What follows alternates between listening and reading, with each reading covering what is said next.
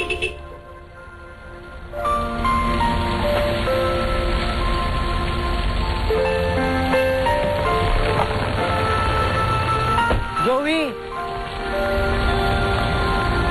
Ano? Joey, huwag ka naman magalit sa akin. Payagan mo na akong yatid ka sa inyo. Alam mo, ako nang bahala sa pamilya mo, ako nang mag-e-explain. Ayusin ko to. Dapat lang ayusin mo to dahil kung hindi, makakatingin ka ng... Makakatingin mo ako ng ng pagmamahal? Joey, joke lang. Ito naman. Alam mo, Chris, sa kung nung una tayo magkita. Hanggang ngayon, puro peligro at gulod na lang mo sa buhay ko. Tara na, sa'yo na. Tawan mo nga ako, mamaya, masampal na naman kita. Sobra ka naman. Ito na, baka. Alik. Dahan-dahan na kasi. Aray. Sorry. Sige na.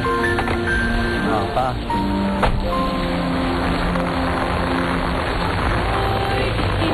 Ay, naku, grabe. May kasama po ko siya po magpapaliwanag sa inyo. Sino to? Magandang gabi po.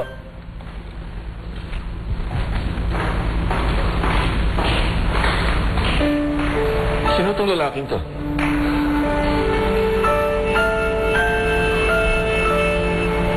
Ito ang sa'yo.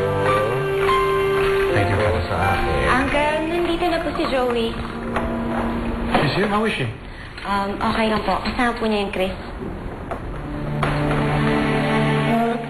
Ano ginagawa dito?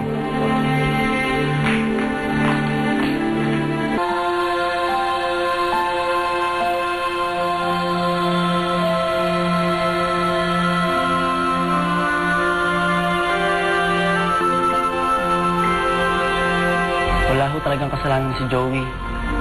Hindi naman niya ho gusto na inalikan ko siya eh. Binigla ko lang po yung apo niyo. Kaya sorry po kung nagulo ko kayo.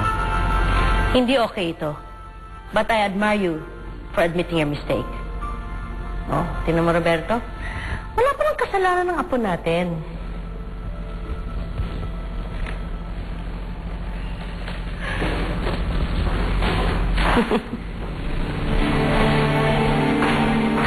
May tagong lalaki. Siya, Michael? Chris. Ano? Turo mo leksyon? Magkakilala kayo? Kapatid siya ni Angeline. Angeline? Sino si Angeline?